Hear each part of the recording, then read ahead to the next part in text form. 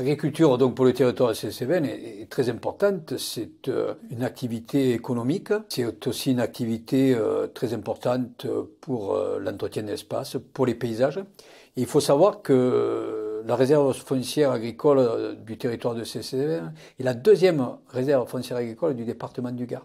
3000 hectares, donc exploitables en agriculture. Donc c'est quand même un pan important du territoire qui berce notre quotidien. Je travaille avec ma sœur, c'est une transmission de génération en génération.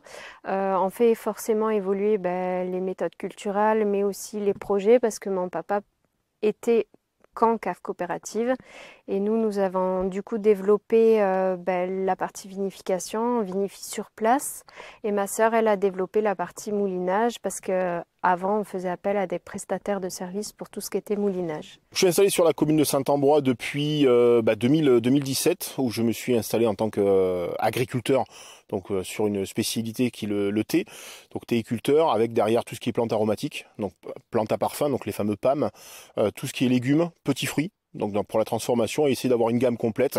Et en complément, on a tout ce qui est volaille, donc tout ce qui est œufs, en tout cas poules, et après la main d'œuvre qu'on a pu voir, qui sont les animaux pour nettoyer.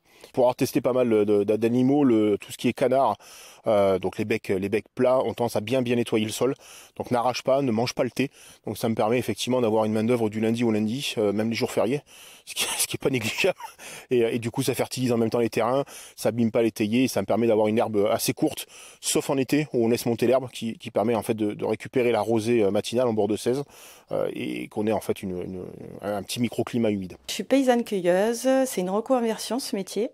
Voilà, ça fait 7 ans, je suis en permaculture et en bio, c'est-à-dire que j'accueille la biodiversité et je respecte la nature et ma terre, donc je nourris ma terre. Et donc je cultive des plantes médicinales et aromatiques pour en faire des tisanes, des confitures, des bouquets de fleurs séchées. Mon travail, c'est de fabriquer du fromage de chèvre. C'est mes parents qui sont installés en chèvre dans les débuts des années 70. Et j'ai repris derrière eux. Et je pense que mon fils va reprendre derrière moi.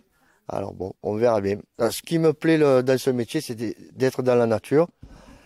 Puis après, donc, tout ce qui est fabrication de le fromage. Le produit, il est beaucoup en épicerie, puis en vente directe à la ferme. Ah, c'est du producteur au consommateur, directement. Mais les chèvres sont directement au pâturage, dans la montagne. Mais pour travailler, c'est déjà un peu plus compliqué. Vu comme c'est escarpé, on fait avec, quoi. J'entretiens 2 hectares de châtaigneraies traditionnelles. Je récolte, je vends en frais, je transforme.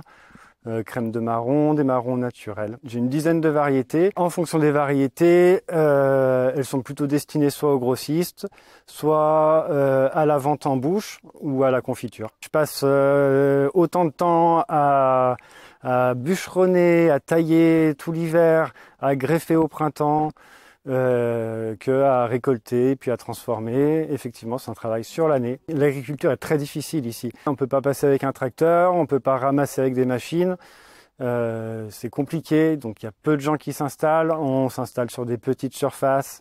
Donc c'est vraiment de l'agriculture vivrière et traditionnelle. Aujourd'hui, donc, il y a quand même que 400 ou 500 hectares d'exploités sur 3000, donc il y a des parts agricoles à conquérir, à développer, et c'est aussi à travers la mise en valeur de ce qui se fait, de cette authenticité, de cette qualité locale qui est nécessaire de mettre en avant et que la communauté de communes s'emploie à mettre en avant. La communauté de communes nous met en avant en fait au niveau communication, des journées immersion pour accueillir des clients et faire valoriser l'agrotourisme, parce que moi je fais déjà des animations, des balades botaniques, j'accueille des enfants aussi au niveau scolaire, et donc ça collait totalement avec mon petit volet animation.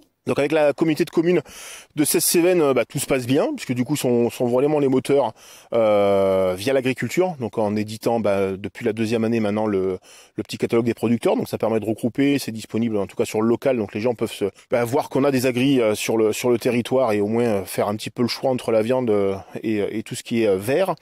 Et puis après sur le soutien derrière pour les permis de construire ou autres, voilà, on a un président qui est présent et qui répond en tout cas présent à chaque fois qu'on le sollicite. Et voilà, c'est pas le cas de tous, mais en tout cas on peut voilà travailler avec la Comcom. La communauté de communes de Cèze-Cévennes nous soutient principalement en fait surtout les actions qu'on peut faire autour par exemple des journées immersives. On monte le projet en partenariat avec la communauté de communes de Cèze-Cévennes et puis après sur on va dire les différents événements qu'il peut y avoir autour de cette dynamique. Ils essaient d'être en communication avec les agriculteurs pour essayer de mettre en avant leur métier et ils essaient aussi de nous proposer des projets peut-être aussi pour nous rendre plus visibles aux yeux déjà des locaux, mais également à travers des offices de tourisme, des gens qui sont plus de passage, des touristes ou autres. La communauté de communes a fait beaucoup d'efforts ces 2 dernières années pour essayer de développer les agriculteurs, les petits agriculteurs locaux, pour nous donner plus de visibilité. Donc elle a fait tout un travail de publication, de mise en place de ces journées en immersion et de communication. Ils essaient principalement de favoriser les circuits courts, mais aussi de créer un genre de lien entre les agriculteurs.